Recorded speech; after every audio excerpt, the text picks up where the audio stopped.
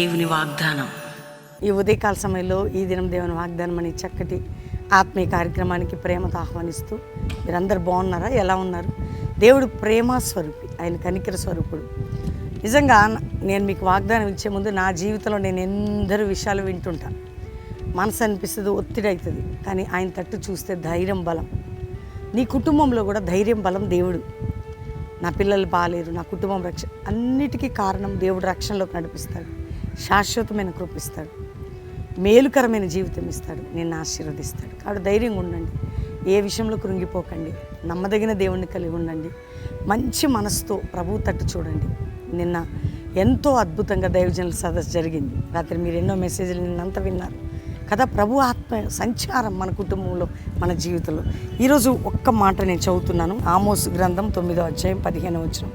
వారి దేశమందు నేను వారిని నాటుదును, నేను వారికి ఇచ్చిన దేశంలో నుండి వారు ఇక పెరికి వేయబడరని మీ దేవుడని యెహోవా సెలవిచ్చుచున్నాడు. నేను ఎట్లా చేయాలో అట్లా చేస్తాను నీ పట్ల కృపని.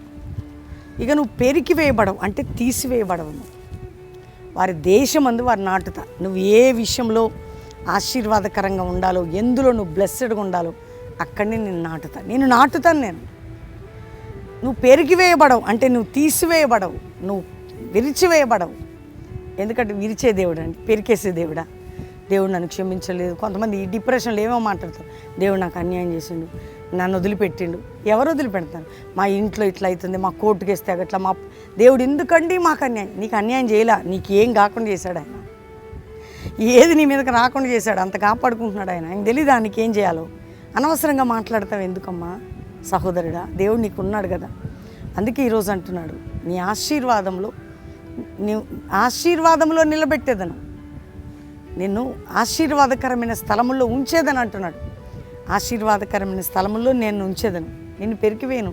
కాబట్టి ఈరోజు ఆ వాగ్దానాన్ని విశ్వసించి రిసీవ్ చేసుకొని ప్రార్థనలో గడపండి. విశ్వాసంతో దేవుని వెంబడించండి. న్యాయమే చేస్తాడు, నీ కుటుంబాన్ని దీవిస్తాడు, నీ హృదయంలో ఉన్న భారం తొలగిస్తాడు, నిన్ను ఆశీర్వదిస్తాడు. ప్రార్థన చేసుకుందాం అందరం కలిసి. తండ్రి, ఉదయకాలం ప్రతి బిడ్డని రక్షించి మారు మనసు, పాప క్షమాపణ, నిత్య జీవం, పరలోకం, శాశ్వతమైన నీ కృపను తోడుకుంచండి. ఎందులో పడిపోయారు, చెడిపోయారు, విసిగిపోయారు, అలసిపోయారు, కృంగిపోయారు బిడ్డలందరికీ ఆ కృప తోడుగా ఉంచిన ఆయన. నష్ట కష్టాలు ఉన్నవారు, ఇరుకు రోగాలు, వ్యాధులు ఉన్నవారు, కోర్టు కేసులు ఉన్నవారిని నాయన, పిల్లల స్టడీసు, వారికి ఎన్నో బాధలయ్యా, చదువులు, సహాయం, ఎవరెవరు ఎందులో ఇరుకునబడ్డారో విశాల స్థలంలోకి నడిపించి ఆశీర్వదించు. ఇతర దేశాలు మా ప్రియ బిడ్డలందరినీ కాపాడి వారున్న దేశంలో రక్షణ, ఉజ్జీవం లేవు. మా సంఘాల మీద, సేవకుల మీద, కుటుంబాల మీద నీ దయగలిగిన హస్తము చాపునైనా శత్రు బలం అంతటిని తొలగించి అద్భుతమైన నీ హస్తబలం చూపు. ఆయన ఆరోగ్యాలతో నింపు, కృపాక్షేమంతో నింపు. అంతేకాకుండా ప్రభు మ్యారేజ్ డే, బర్త్డే బిడ్డలను బ్లెస్ చేస్తూ ఈరోజు జరుగుతున్న ప్రతి కార్యక్రమాల్లో వారికి మీరు తోడయ్యండి. కల్వరి మినిస్ట్రీ మీద నీ కృప, సంఘాల మీద నీ కృప, సేవకుల మీద నీ కృప, అన్నిటిలో దాన్ని గురించమని యేసు నామములో అడుగుచున్నాం తండ్రి. Amen, amen. ఈ వాగ్దానం అందరూ లైక్ చేయండి, షేర్ చేయండి, మంచి కామెంట్స్ పెట్టండి. అద్భుతంగా మనకి ఎన్నో కార్యక్రమాలు జరుగుతున్నాయి. ఉదయం సాయంత్రం లైవ్లో పాలు పొందండి. ఎవరు బెల్లంపల్లి రావాలన్నా శనివారం జరిగే సువార్త సభకు రండి. కుటుంబాలుగా పాలు పొంది శనివారం, ఆదివారం అటెండ్ అయ్యవచ్చు. Calvary promise and Hayathnagar ఆదివారం 3 ఆరాధనలు కుటుంబాలుగా రండి. ఎవరైనా బైబిల్ కాలేజ్ చేయాలి, యూత్ గర్ల్స్, యూత్ బాయ్స్, పిలుపు దర్శనం కలిగిన వారు రండి. బెల్లంపల్లిలో 1 ఇయర్ చక్కటి ఆత్మీయ సహవాసం, ప్రార్థన జీవితం, మీ జీవితాన్ని దేవుడు కడతాడు, ఆశీర్వదిస్తాడు.